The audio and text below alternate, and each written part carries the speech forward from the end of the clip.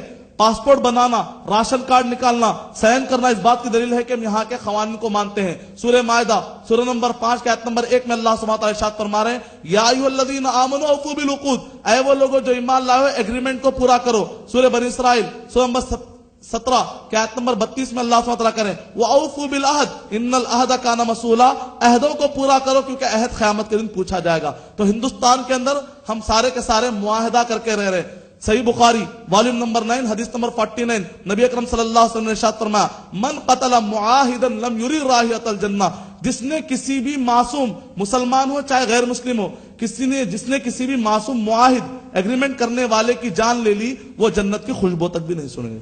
امید کہ آپ کا جواب مکمل ہو. جزاک اللہ خیر. اگلا سوال ہم پیپر سے لیں گے. وعلیکم السلام ورحمۃ اللہ وبرکاتہ. دور حاضر میں مسلم نوجوان MBA اور BBM جیسے کورسز کر رہے ہیں. ظاہر ہے کہ یہ کورسز تجارت سے جڑے ہوئے ہیں، چنانچہ ان کو انشورنس کمپنیوں میں، فائنانس کمپنیوں میں اور بینکوں میں اور شراب کی کمپنیوں میں روزگار کے زیادہ موقع مہیا ہیں. یہ کہاں تک صحیح اور درست ہے بیان فرمائیے، اور ہماری درخواست ہے کہ اس کے علاوہ اور کون سی کمپنیوں میں ہم روزگار تلاش کریں آگاہ فرمائیے. اللہ جزا خیر دے. وعلیکم السلام ورحمۃ اللہ وبرکاتہ. بہت اچھا سوال ہے. بہت سارے ہمارے بھائی مارکیٹنگ ڈپارٹمنٹ سے جڑ رہے، business relation management, PR maintain کرنا. MBA اور BBM نہیں کرنے والے بھی، BCom کرنے والے بھی آہستہ آہستہ پہلے اسمال لیول پر کام کرتے، پھر اس کے بعد سینئر وہ مارکیٹنگ کرنے والے بن جاتے ہیں. یعنی کہ الحمدللہ آج کے دور میں مارکیٹنگ خود ایک بہترین روزگار بن چکا ہے. بلکہ یہاں تک کہا جاتا ہے دنیا کے ہر بزنس کے اندر انفلیشن آئے گا، پریشانی آئے گی،